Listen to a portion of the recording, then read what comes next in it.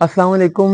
आप आकिब जावेद की game awareness देखें कि आईसीसी चैंपियंस ट्रॉफी जहां पर सारी टीमें स्पिनर्स खिला रही थी, वहां पर पाकिस्तान पेसर्स के साथ गया। पाकिस्तान ने वहां पर पेस बॉलिंग अटैक खिलाया और आज न्यूजीलैंड में क्राइस्ट चर्च में जहां पर के गेम स्विंग हो रही थी। कल तक तो ये पिच लश ग्रीन थी, आज भी उस पर थोड़ा बहुत मॉइस्चर था, थोड़ी बहुत ग्रीनरी थी। वहां पाकिस्तान ने आज क्या किया है कि पाकिस्तान ने आज बेसिकली 4 स्पिनर्स खिला रही है और 2 तो प्रॉपर स्पेशलिस्ट स्पिनर, यानी आप इब्रार को खिला रहे हो और आप शदाब को भी खिला रहे हो, दोनों ही लेग स्पिनर हैं।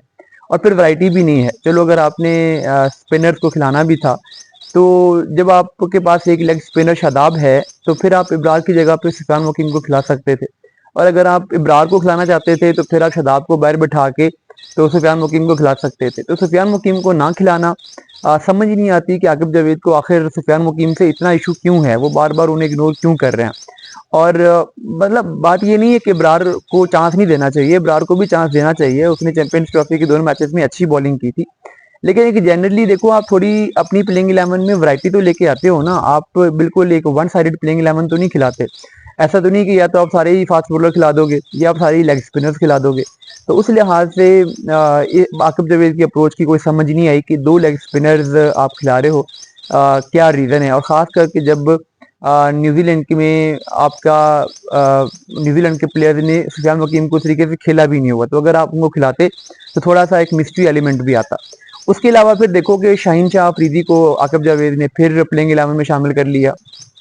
हालांकि अगर आप इस सीरीज में इस उम्मीद पे जा रहे हो कि हम यहाँ पे कुछ नया टैलेंट फाइंड करेंगे, आपकी ये सोच है, ये अप्रोच है कि हमने यहाँ पे एक्सपेरिमेंट करने हैं, और जैसे कि कहा जाता है कि आप एक्सपेरिमेंट किए बगैर जाके वर्ल्ड इवेंट में हारने की बजाय एक्सपेरिमेंट करके हार जाओ ताकि आपको वर्ल्ड इवेंट्स के लिए कुछ बेहतर टैलेंट मिल जाए।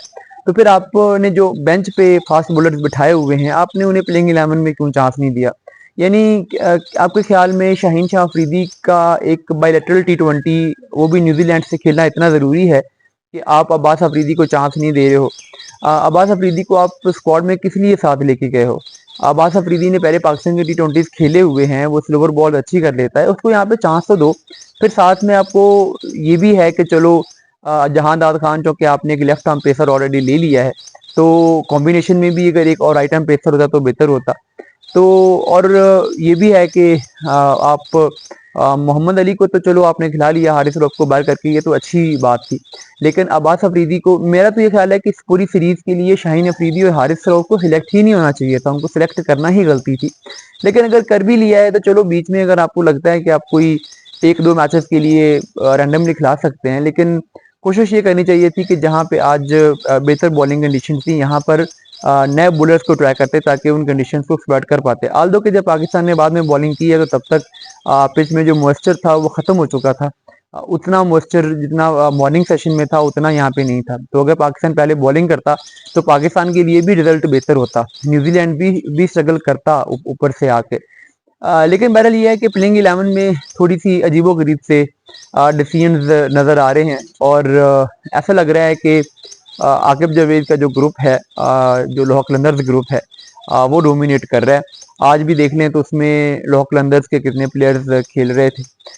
हालांकि अब वो बज़ाहिर लोहा कलंदर्स के साथ नहीं है, लेकिन बहरहाल ये जो फेवरेटिज्म है, पसंद नापसंद है, इसको मेरिट पे तरजीह देने का नतीजा यही निकलेगा। और सीनियर प्लेयर्स में आप बाबर रिजवान पे तो एक्शन ले रहे हैं, शाहीन पे आप एक्शन क्यों नहीं ले रहे, हारिस रऊफ पे एक्शन क्यों नहीं ले रहा, इस बात का जवाब तो शायद आकिब जावेद के पास भी नहीं होगा।